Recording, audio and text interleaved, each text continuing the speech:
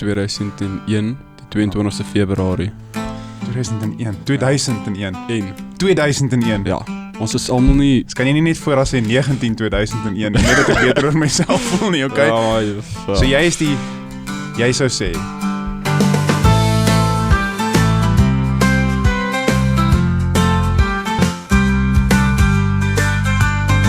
welkom terug by Lank en Kort, Rian. Dankie Rias. Dit is goed om jou hier te sien weer eens. Ja. En ek het 'n groot vraag, Rian, en ek hoop jy sal my eerlik antwoord. Is jy soms vol van jouself? Jy het gevra dat ek eerlik wees, so ek is nie. Is jy nie? Nee, ek is baie keer. Ja, ek dink ons almal is seker, maar bietjie. Die woordjie trots dis 'n deel van ons tema van wat sy Jesus gebreek het in jou lewe. What would Jesus undo? En ek dink een van die groot goeters is wat ons almal mee sit is trots. Maar oor wat is jy trots? As jy nou moet sê ek is trots op die volgende. Ek is trots op my mooi vrou. Ek is trots dat ek by die beste kerk werk. Ja, as ek 'n motorfiets... Ek is trots op my Leatherman wat ek Is jou het. lewe man ook, hè? Ja, ek is nogal trots daarop. Seker jou hond as hy sit as jy met hom praat. Ja, hy is baie stout die laaste Ja, ruk. maar net sê. Baie stout. Ja. En daar's 'n klomp goeters, maar nou as ons praat van trots en vol van jouself wees, daar's 'n verskil en ek glo dit, soos ek is trots as my kinders as hulle iets bereik of hulle iets doen nou. Soos ek regtig, hulle is ongelooflike twee seuns en ek is trots op hulle. En dis nie die trots wat ons van praat nie. Baie mense is baie vinnig op hulself van, jy kan nie trots op iets wees nie. Ek het iets reg gekry. Yay! Ek voel goed. Ek dink daar's 'n verskil om gelukkig te wees en dit wat jy doen, of ek dink seker ook kan 'n ander woord wees as trots. Maar daai is 'n groot ding. Die vraag is, hoe sou die Here trots in jou lewe hanteer? En as Jesus na jou kyk, is dat soos, well done my good and faithful servant, is iets wat ons aan die einde van ons lewens wil hoor. Ja. Dis daai woorde wat sê, dis eintlik al wat ek by die Here wil hoor, is dat ek is trots op jou. En ons praat nie vandag oor dit noodwendig nie. Ons praat oor hoe jy jouself sien. So as ek jou vra vandag, Rian, hoe goed doen jy, dink jy? Nie hoeveel goed doen jy goed nie, maar hoe goed doen jy as jy na jou lewe kyk? Ek dink ek doen alright.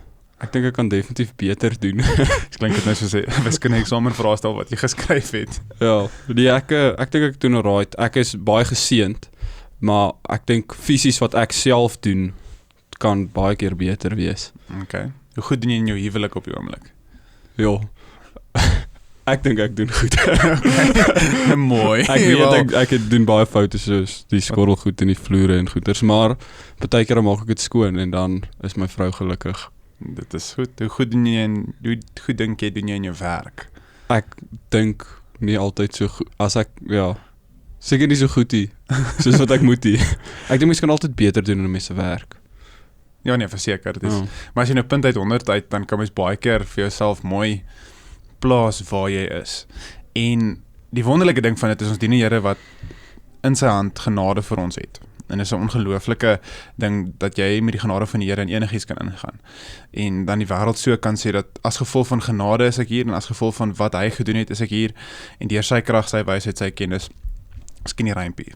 Jy gaan terug op jou knieë en jy bid en jy bid dat die Here jou help. Maar nou wat ons doen is ons het die genade in die een hand en dan sit ons eie goedheid en ons eie geregtigheid in die ander hand. Want ek is tog goed in sekere goeders. So as ek jou vra vandag, Rian, in wat is jy baie goed? Ek sou sê beatboxing. Ja, ek sê Okay, regtig beatboxing baie goed wat goed. saak maak, né? Okay. Ja, ek het op skool gedink ek was baie goed in cricket en in rugby. Okay. Maar nou kan ek nie meer een van die twee speel nie, so ek seker nie meer so goed in dit nie. Sure. Ja. Ek maak nie gevra wat jy nie in goed is nie, ek het gevra wat jy in goed is. Ja. Maar nou nie dat dit 'n beradingssessie raak is nie, Jan, jy's tog goed in iets. Ek is goed in baie goeders. Ek dink ek is goed in baie keer praat, maar nie altyd nie. Ek dink dit kom maar so met tye. Ek is goed in snaaks wees, sou ek sê. Ek voel nou baie selfbewus soos wat ek moet sê en wat ek alles baie goed is. Dis nie baie lekker. Nee, dis 'n aaklige gevoel. Want ons moet nou by die punt toe kom as ons praat oor trots, is dat jy sou seker sê dat jy die beste Rian van Sail gebore wanneer? 2001, die 22 Februarie. 2001. 2001. En 2001. ja, ons is almal nie Dus kan jy nie net voor as sê 19/2001, net dat ek beter oor myself voel nie, okay? So jy sou sê, die beste Rian van Sail wat gebore is Januarie 2001, wat nou woonagtig is in Windhoek, Namibië en op die oomblik by NG Kerksuiderhof 'n podcast opneem. Februarie, maar ja, Is jy Februarie gebore? Februarie gebore. Dis verkeerd, ek seker is Januarie. Ja. Sê net jammer. Ek is jammer. Nee, is Februarie. verkeerd. Kom het ek Januarie gesê. Ek weet nie. Ons weet ook nie. Jou vrou is gebore in Januarie. Ja, 'n paar belangrike mense. Mm. Nou, dis die ding, jy is die beste Rian wat daar is, en met al daai kontekste bygesit het. Ek dink Rian Kruiwagen is miskien 'n beter Rian as jy, maar daar's hierdie ding van, ons moet baie versigtig wees, want soos jy nou gewys het, rugby cricket is 'n ding, en ek was goed in dit, en die lewe het 'n manier om vir ons, en dan deur ook om vir ons baie vinnig te wys, dat menslike goeders, dit help nie, raak baie trots in dit nie, want die goed val. So selfs in jou werk ook, jy gaan deur moeilike tye. En liefde vir geld is 'n ander gesprek. Dus ons is nou met trots besig en ons praat nou van baie belangrike goed, want dit is 'n identiteitsding. Jy funksioneer in die weet jy wat, ek is trots om Rias te wees en ek is trots om te doen wat ek doen, of ek so trotse pa, maar nou kom ons meer by die genade van die Here is so belangrik in my lewe. Maar baie keer vergeet ek dit en ek gaan en kyk op dit alles wat ek goed in is en maar ek is eintlik alright in wat ek doen. Dis hierdie, ja weet jy wat, ek doen eintlik goed in hierdie. Weet jy wat, ek is eintlik, ja. En dit is in Lukas 18 vers 9-12 wat ons gelees het. Ek gaan nou in die Engels lees. And he also told this parable to some people who trusted in themselves that they were righteous and viewed others with contempt. So, jy begin met hierdie storie en ek gaan nou in die fariseer en die belastingopgader en die prentjie is, maar jy het mense wat 'n sekere manier kyk in die begin van die storie, wat vol van hulle self was. Wel, vol van hulle self, hulle het op hulle self vertrou. Ja. En dis wat trots is. Dis 'n vertroue in jouself, en hoe meer jy op jouself begin vertrou en jou gawes begin vertrou, hoe meer vergeet jy van die genade in hierdie hand. Ja. En dan kom jy op 'n punt wat jy heeltemal waanbeeld van jouself het. Dis miskien 'n goeie vraag. Waar het jy dink jy ooit self waar was jou maag ooit, of jou oog ooit groter as jou maag gewees? Nie nou met kos nie, maar in jou lewe wat jy sê, joh, ek is goed in hierdie, ek gaan dit doen, en toe flop jy ongeloof. Dis nou baie introspektief vir jou vandag, Rian. Ja, ek weet nie of ek kan pause druk dat ek eers langer dink nie, maar ek het al baie keer gedink, ek het een keer by Young Adults, toe het ons kos gemaak en ek het gedink, ek maak nie baie kos hierdie mense wat my ken, maar ek dink ek kan baie goed kos maak, en ek is toe baie vol selfvertroue, en sê ek gaan nou vir almal baie lekker pasta maak, en toe was die pasta gebrand, rou, en dit het alles in mekaar vasgesit. Dit was net so, soos die lang Hoe is dit rou en gebrand? Ek is baie goed in wat ek doen, Rias. Maak nie sin nie, want dit beteken dis 'n skill om dit reg te kry. As jy maar ek kan dit nie weer doen nie, dit was net soos al my gawes op een slag. Maar toe het ek daai pasta soos lelik opgeding is. Ja, En ek het gedink ek gaan baie goed wees, en toe is die Here net van okay. Genade. Nou, ons dis 'n baie praktiese voorbeeld daai, maar in ons mens wees wie ons is, vertrou ons en werk ons van 'n pad van vertrou in onsself. En dit gaan van hoe jy werk doen, hoe jy jou lewe doen, en dan hoe jy met ander te doen het, hoe jy oor ander mense praat. Want as jy op jouself vertrou en jou eie gawes vertrou, sodra jy iemand sien wat dit nou nie so goed soos jy doen nie, of iemand 'n bietjie anders ding, dan praat jy uit daardie vertroue uit. En dit is verskriklik gevaarlik. Selfs as jy kyk voertuie, wat 'n kar jy ry. Op 'n slag kon ek en jy met dieselfde, wel jou net voor myne gebreek, myne is op pad, met dieselfde karre van robot tot robot breek ry. Maar daar's soveel goeders wat ons lewe aan meet, maar dit kom terug by 'n ding van ons eie trots, my eie goeders. Ek vertrou op my eie status, my eie. En ons kan nie dit doen nie, want daar's soveel goed wat deur die radwerk kom in dit. So wat ons moet doen is, ons moet vra, hoe fokus ons meer op die genade? Die minder van my, meer van hierdie. En dit beteken nie om nie trots te wees in die feit dat jy goed fietsry, of dat jy goed draf, of jy 'n goeie pa is, of 'n goeie, wat ook al dit mag wees is nie. Dis 'n ander ding, dis hierdie verskriklike belangrike konsep van die Here se genade. Nou, hoe dink jy kom jy terug op 'n plek dat jy, sonder om 'n identiteitskrisis aan te gaan, meer nederig word om op die Here se genade te fokus? Iets wat ek al ervaar het met sê maar nou trots. Veral soos 'n voorbeeld is ek en my broer sou tafeltennis speel en hy het my altyd gewen. Ek dink nie ek het hom al een keer gewen nie. En dan is ek besig om voor te loop en dan begin voel ek het hierdie verskriklike talent. Ek is besig om my broer te wen. En dan kom al hy my in van soos 9-0 af en wen my 11-9. Ek dink al hoe mens terugkom na nederigheid toe is, mens moet half nederig, mens word half nederig gemaak. In my ervaring is dat as ek hoogmoedig is, dan doen ek nie so goed in die goed waarna ek dink ek so goed is nie. Maar ek dink dis 'n proses van net half besef, maar you're not that guy, pal. Okay, shame eraan.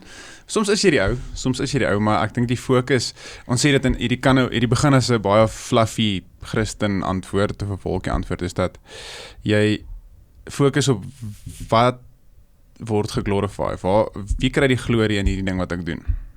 So in my werk, in my tafeltennis, battle, wat ook al dit mag wees, wie kry die glorie? So jy begin met daai punt, is dat die Bybel sê, alles wat jy doen, dit tot die glorie van die Here. Dis Matteus 5:16. Ons lig moet skyn, sodat die Here verheerlik kan word. So en alles wat ek doen, moet die Here verheerlik word. So dan moet ons vir onsself vra, hoe lyk my vermoë om dit te kan doen in my besigheid? So nou doen ek goed, en as iemand sê, "Sjoe, jy doen baie goed in tafeltennis," is dat, weet jy wat, dankie, en uiteindelik die Here wat die gawe gegee het, en ek doen dit vir hom. Maar nou is dit woorde. Want as genoeg mense vir jou sê, is goed in tafeltennis, dan gaan jy later soos of, ja, ek is verskriklik goed in tafeltennis. Maar hoe bring jy dan die Here glorie deur te sê, ja, ek is verskriklik goed in tafeltennis? Dit werk nie, want jy gaan ek, en die genade en die glorie van God bly maar net hier as 'n, o ja, dankie Jesus.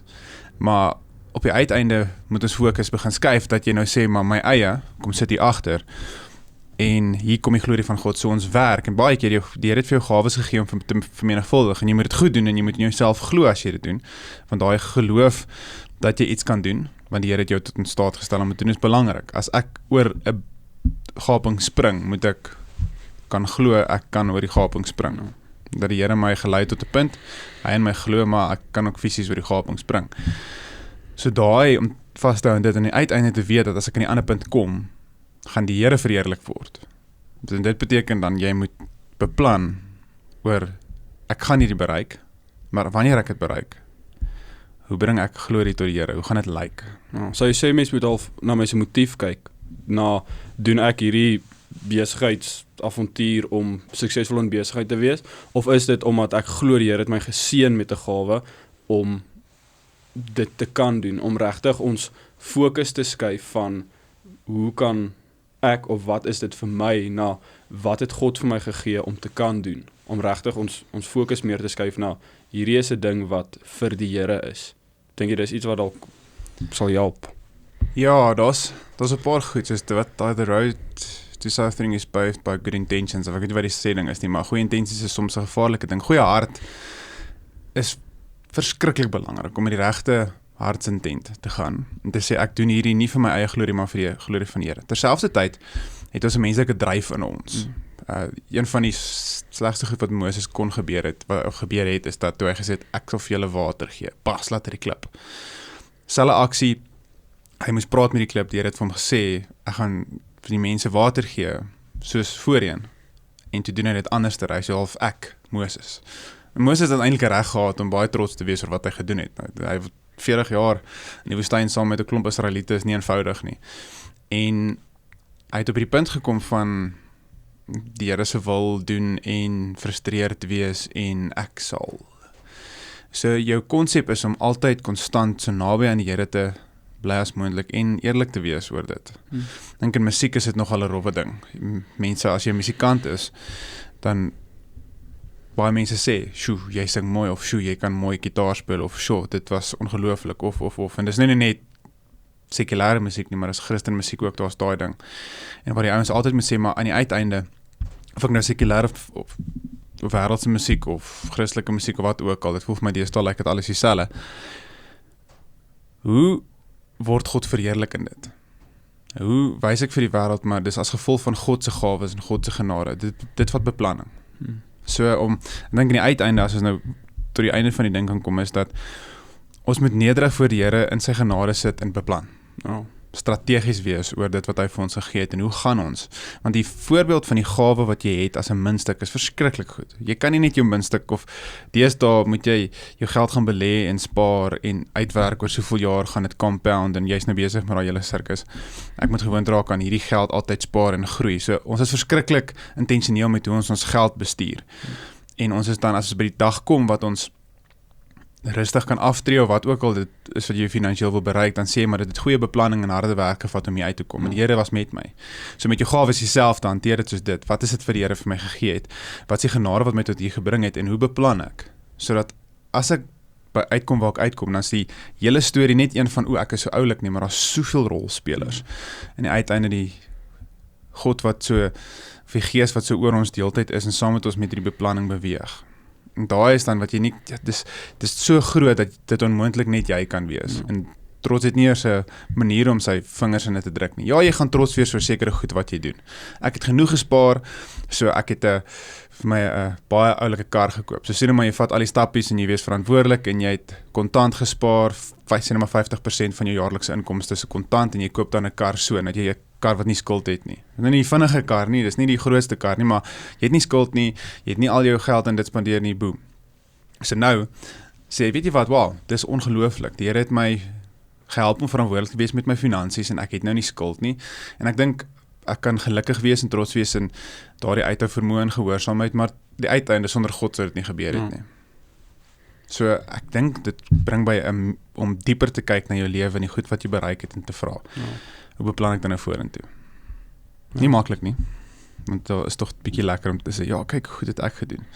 Ek dink dit is om perspektief te hou van ons menslikheid en van die invloed van God in ons lewe, dat hy die een is wat ons lei in wysheid.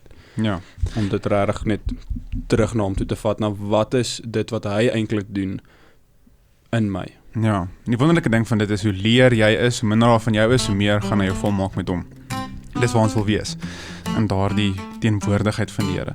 Dat is nie die klipslat aan die einde van die dag nie. Dankie Rian. Dankie. Mag jy 'n heerlike week verder. Yes, jy ook.